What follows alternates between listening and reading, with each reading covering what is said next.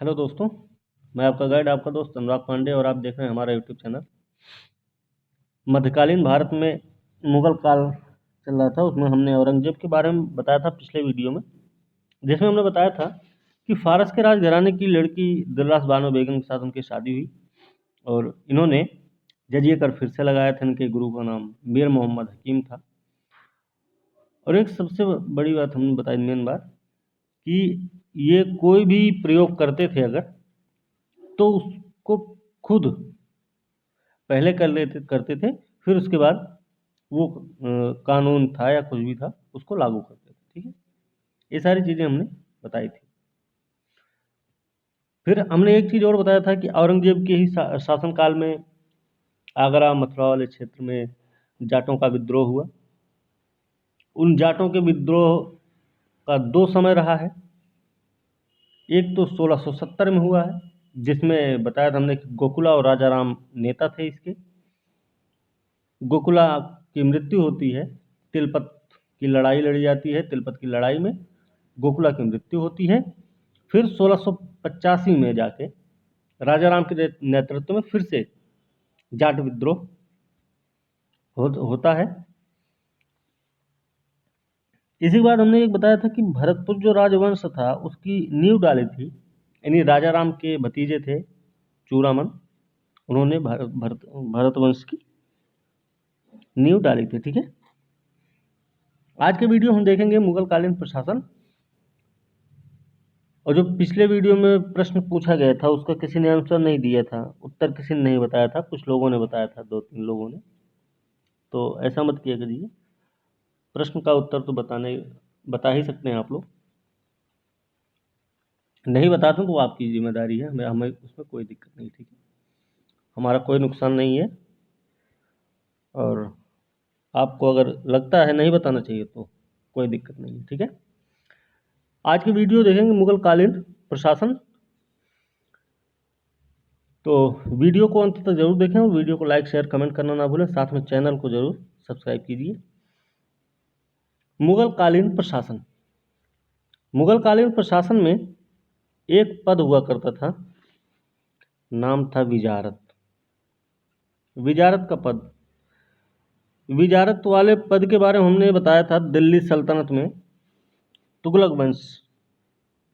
ठीक है, हमने बताया था विजारत की शुरुआत हुई दिल्ली सल्तनत के ही समय में, इसकी शुरुआत हुई थी विजारत व्यवस्था की, विजारत जो पद था। ठीक है, लेकिन हमने एक और बताया था कि विजारत जो पद का स्वर्ण युग माना जाता है या चरम अवस्था मानी जाती है, वो किसी के शासनकाल में ऐसा हुआ था। ठीक है, तो उसके बारे में बताना कि किसके काल में अपने चरम बिंदु पर पहुंच चुका था विजारत का पद दिल्ली सल्तनत में। ठीक है, अगर नहीं पता है तो आप दिल्ली सल्तनत जो वीडियो हैं उनमें आप देख सकते हैं, वहां पे आपको मिल जाएगा वो। ठीक, तो विजारत जो है मुगल काल में मंत्रि परिषद को बोलते थे। मंत्रि परिषद को क्या बोलते थे? विजारत। ठीक है ना, ध्यान रखना। विजारत मंत्रि परिषद है तो विजारत का ही प्रमुख वजीर होगा, तो वजीर इसका प्रमुख हुआ। ठीक है, तो ध्यान रखना कि विजारत जो है मंत्रि परिषद को बोलते थे। बाबर का समय है तो बाबर के शासनकाल में जो है वजीर, वजीर का जो पद था वो सबसे ज्यादा महत्वपूर्ण कब हुआ? मुगल काल में। तो याद रखना कि बाबर के ही समय में। बाबर इब्राहिम लोदी के बीच युद्ध हुआ था, पानीपत का पहला युद्ध, जिसमें इब्राहिम लोदी हारा। ठीक है ना, तो बाबर के समय में वजीर का पद सबसे महत्वपूर्ण हो गया था। ठीक है, फिर यही वजीर जो है, वजीर का पद अकबर का शासन आते आते क्या हुआ, इसके कई भाग हो गए। ठीक है, इसमें जो है, तो अकबर ने क्या किया कि अकबर के समय में इसी का काम दीवान, मीर बख्शी, मीर बख्शी, ठीक है, सद्र उस सद्र, सद्र, उस सद्र और मीर समन में विभाजित कर दिया था। ठीक है, तो अकबर का समय जब आया तो उन्हें दीवान, मीर बख्शी, सद्रुसद और मीर समन में विभाजित कर दिया था। ठीक है, इस तरीके से ये पद चलता रहा। ठीक है, चलिए देखते हैं मुगल कालीन प्रशासन। मुगल कालीन प्रशासन के बारे में देखेंगे। सबसे पहले है मीर बख्शी। मीर बख्शी कौन है? मीर बख्शी जो है वो सैन्य विभाग का प्रमुख होता था। मीर बख्शी सैन्य विभाग का प्रमुख होता था। सरखत नामक प्रमाण पत्र पर हस्ताक्षर करता था। इसके बाद उस सैनिकों का वेतन भी डिसाइड करता था। तो भाई सैन्य विभाग का प्रमुख है मीर बख्शी, सरखत जैसा प्रमाण पत्र पर हस्ताक्षर साइन करता था। साइन करने के बाद सैनिकों का वेतन भी निर्धारित करता था। ठीक है, भू राजस्व अधिकारियों का पर्यवेक्षण भी करता था यही मीर बख्शी। मीर बख्शी का काम देख लीजिए कि मीर बख्शी क्या क्या काम करता है। सैन्य विभाग का प्रमुख है ही है, सैनिकों को वेतन निर्धारित कर रहा है, भू राजस्व अधिकारियों का पर्यवेक्षण कर रहा है, सैन्य विभाग के वेतन के लिए भी उत्तरदायी था। ठीक है, ध्यान रखना। देखिए ये प्रश्न आया हुआ है, अहदी सेना और दाखिली सेना, दो सेनाएं होती थी। तो एक अहदी सेना जो होती थी बादशाह द्वारा नियुक्त होती थी। ठीक है, बादशाह द्वारा नियुक्त होती थी, और ये बादशाह द्वारा नियुक्त होती थी तो ये बादशाह के ही अंगरक्षक के रूप में काम करती थी। कौन? अहदी सेना। ठीक, तो दाखिली सेना क्या थी? ये भी बादशाह ही नियुक्त करता था इसे भी, लेकिन ये मनसबदारों की सेवा करते थे। दाखिली सेना बादशाह द्वारा नियुक्त दोनों सेनाएं थे, अहदी और दाखिली। लेकिन अहदी जो थी वो बादशाह का अंगरक्षक का काम करती थी और दाखिली मनसबदारों की सेवा करती थी। ठीक है, चलिए मुहस्सिब कौन होते थे? मुहस्सिब पर प्रश्न आया हुआ है। तो मुहस्सिब जो थे वो जन आचरण के निरीक्षण विभाग का प्रधान होता था। ठीक है ना, जन आचरण के निरीक्षण विभाग का प्रधान होता था, मुहस्सिब नाम था इसका। ठीक है, चलिए आगे देखते हैं। अब देखिए हमने बताया था उसमें सद्र के बारे में, वजीर के बारे, उसमें दीवान, मीर बख्शी, सद्र सद्र, मीर समन।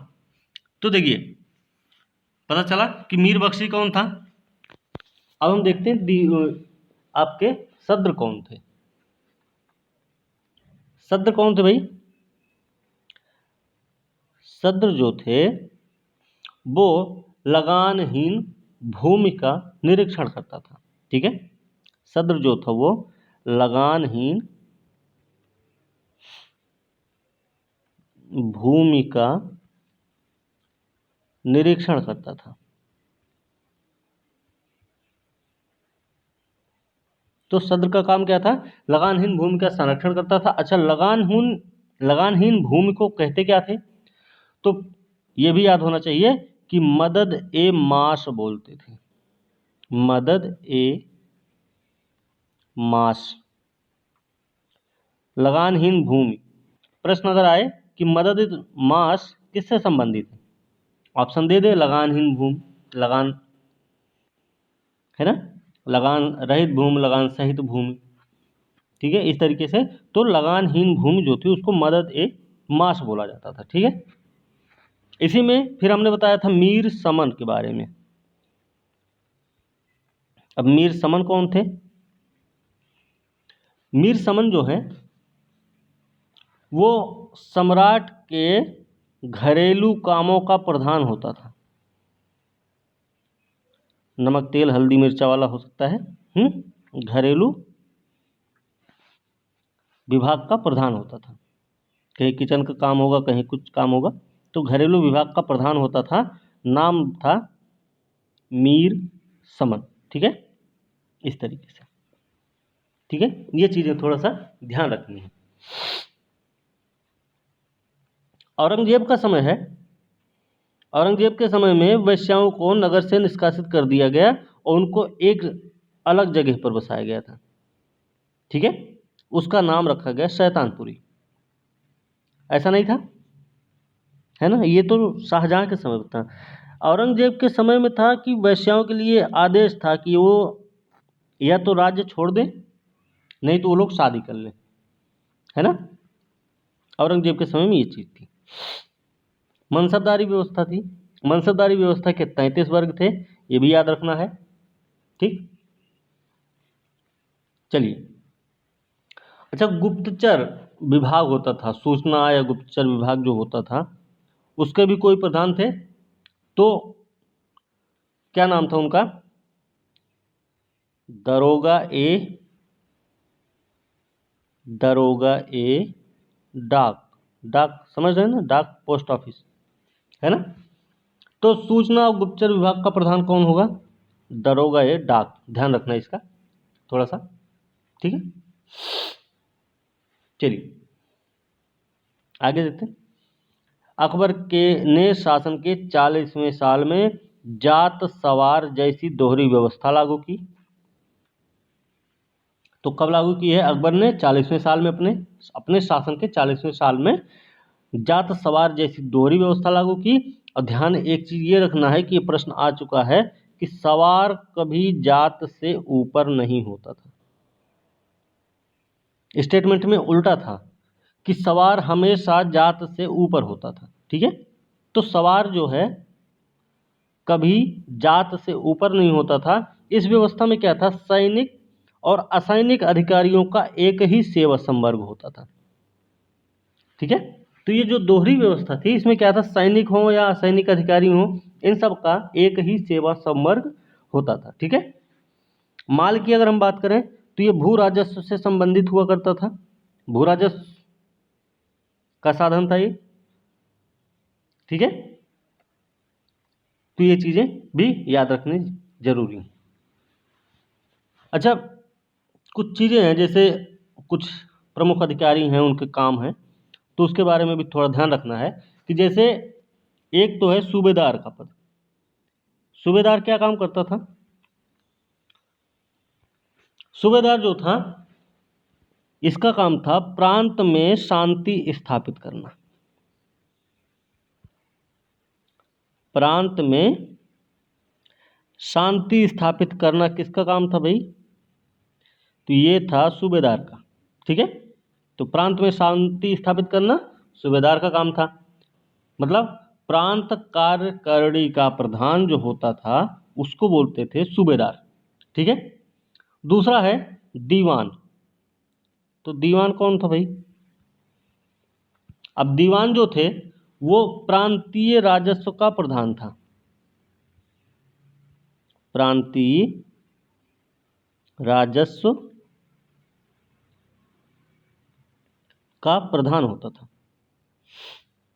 प्रांतीय राजस्व का प्रधान कौन है? दीवान को बोलते थे। मतलब शाही दीवान जो होता था, उसके प्रति जवाबदेह जो व्यक्ति था उसका नाम था दीवान, ठीक है।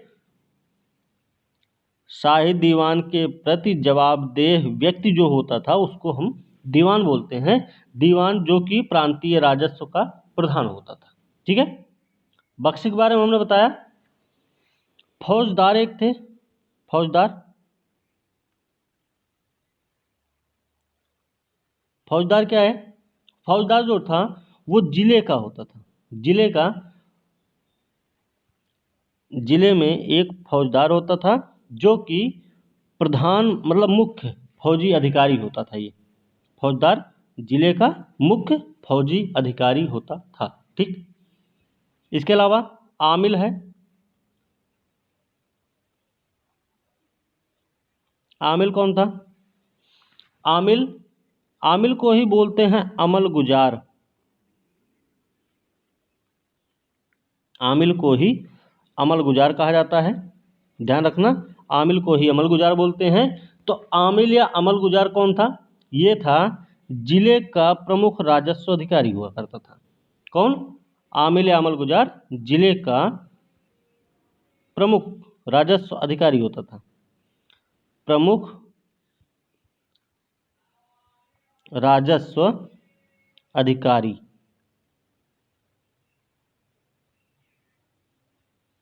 ठीक है ना।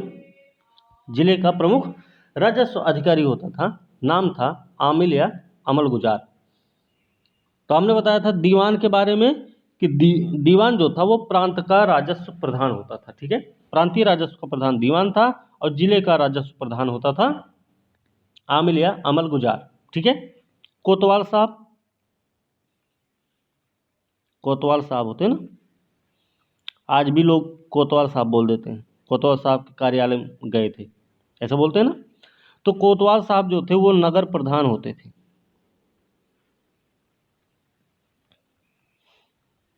है ना। तो कोतवाल क्या थे, नगर प्रधान होते थे।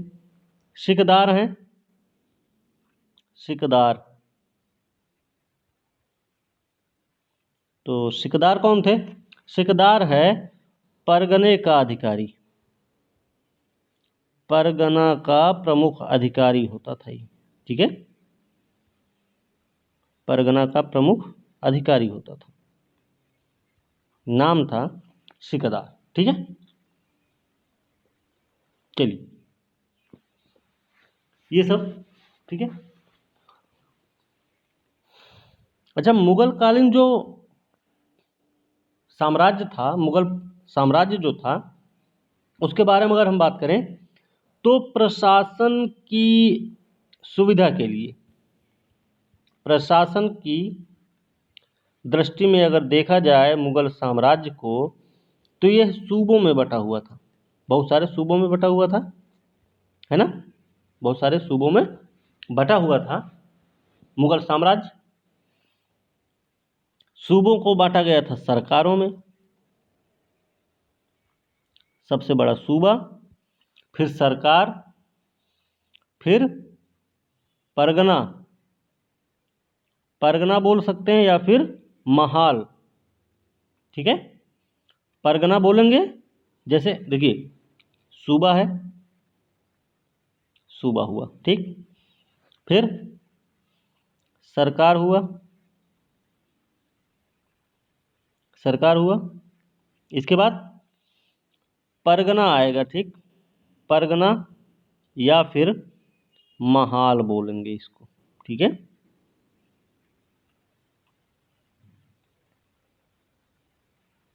ठीक है, महाल इसको बोलेंगे, ठीक। फिर इसके बाद महाल क्या था, महाल था, महाल जिलों में बटा हुआ था, जिला या फिर इसको बोलेंगे दस्तूर।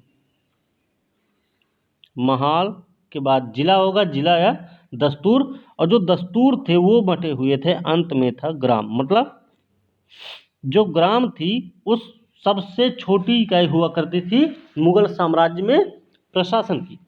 तो मुगल साम्राज्य में प्रशासन की सबसे छोटी इकाई है ग्राम और सबसे बड़ी इकाई है सूबा। तो सूबे बटे थे सरकारों में, सरकार बटे परगने में, परगने जिनको महाल भी बोलते हैं, महाल बटा था जिलों में, जिलों को बोलते थे दस्तूर, और दस्तूर को बांटा गया था ग्राम में, ठीक है। तो प्रशासन की सबसे छोटी इकाई कौन थी, ग्राम थी। अब ग्राम को हम क्या बोलते हैं, ग्राम को बोलते थे मावदा, ग्राम को मावदा बोलते थे या फिर बोलते थे दीह, ठीक है। ध्यान रखना, ये ग्राम के दूसरे नाम हैं जिनको हम मावदा या फिर दीह के नाम से जानते हैं, ठीक है। अब इसी के अंतर्गत छोटी छोटी बस्तियां हुआ करती थी, छोटी छोटी बस्तियां थी, छोटी छोटी बस्ती हुआ करती थी जिनको बोलते थे नागला, नागला, है ना। छोटी छोटी बस्तियां थी जो कि मावदा के अंतर्गत आती थी, उनको बोलते थे नागला, ठीक है। तो अभी जैसे उत्तर प्रदेश में आप एटा, एटा एटा और मैनपुरी साइड में, वहाँ पे नागला बोलते हैं। कोई गांव का नाम है अगर, तो उससे पहले नागला लग जाएगा, ठीक है। किसी गांव का नाम अगर लेते हैं तो उससे पहले नागला लगता है, ठीक है, ये ध्यान रखना, ठीक है। चलिए एक चीज़ और देख लेते हैं, शाहजहां के शासनकाल में सरकार और परगना के मध्य, शाहजहां के समय में क्या था, शाहजहां के समय में ध्यान रखना है, जो सरकार थी, सरकार और एक है परगना, सरकार है और परगना है, ठीक है। अब इन दोनों के बीच में एक नई इकाई बनाई गई थी, नाम रखा गया था चकला, है ना। चकला का अर्थ आजकल अलग है, लेकिन सरकार और परगना के मध्य में चकला हुआ करता था, ठीक है। ये चीज ध्यान रखने हैं। दूसरी चीज है भूमि कर। भूमि कर के विभाजन के आधार पे मुगल साम्राज्य की भूमि कर की बात करें अगर, तो इसमें इसके आधार पे क्या हुआ था कि मुगल साम्राज्य की समस्त भूमि, जो पूरी भूमि थी, वो 3 भागों में बटी हुई थी। अब वो 3 भाग कौन कौन से थे आपको पता होना चाहिए। तो एक तो थी खालसा भूमि, एक खालसा भूमि थी, दूसरी थी जागीर, और तीसरी थी सयूरगल, सयूरगल, या फिर बोलते थे मदद ए मास इसी को, ठीक है, मदद ए मास, ठीक है, जिसका प्रमुख होता था सद्र उस सद्र। सयूरगल या मदद ए मास का प्रमुख कौन होता था, सद्र उस सद्र, हमने शुरुआत में बताया था, ठीक है। अब खालसा भूमि क्या थी, खालसा भूमि जो थी प्रत्यक्ष रूप से बादशाह के नियंत्रण वाली भूमि हुआ करती थी। जो खालसा भूमि है वो प्रत्यक्ष रूप से बादशाह के नियंत्रण में होती थी। जागीर भूमि कौन है, जागीर भूमि उसे बोलते थे जो तनख्वाह के बदले में दी जाती थी लोगों को, तनख्वाह के बदले में दी जाने वाली भूमि जागीर, बादशाह के प्रत्यक्ष नियंत्रण में आने वाली भूमि खालसा, और मदद ए मास जो हुआ करती थी वो अनुदान में दी जाने वाली लगानहीन भूमि हुआ करती थी। और इसी सयूरगल या मदद ए मास को बोलते थे मिल्क, ध्यान रखना, ठीक है। सयूरगल या फिर मदद ए मास जो कि लगानहीन अनुदान भूमि हुआ करती थी, इसको मिल्क भी बोलते थे, ठीक है, ध्यान रखना इसका। आज के वीडियो में बस इतना ही, और उम्मीद करते हैं ये जो जितना भी हमने बताया है, जो वो सारी चीज़ें आपको समझ में आ गई होंगी। वीडियो को एक बार नहीं तो 2 बार देखेंगे तो ये सारी चीज़ें आपको समझ में आ जाएंगी। और जो प्रश्न पूछा गया उसका जवाब जरूर बताइएगा। वीडियो अच्छी लगी तो लाइक शेयर कमेंट जरूर करें, साथ में चैनल को सब्सक्राइब करना ना भूलें। अगली वीडियो के साथ कल मिलेंगे, तब तक के लिए धन्यवाद।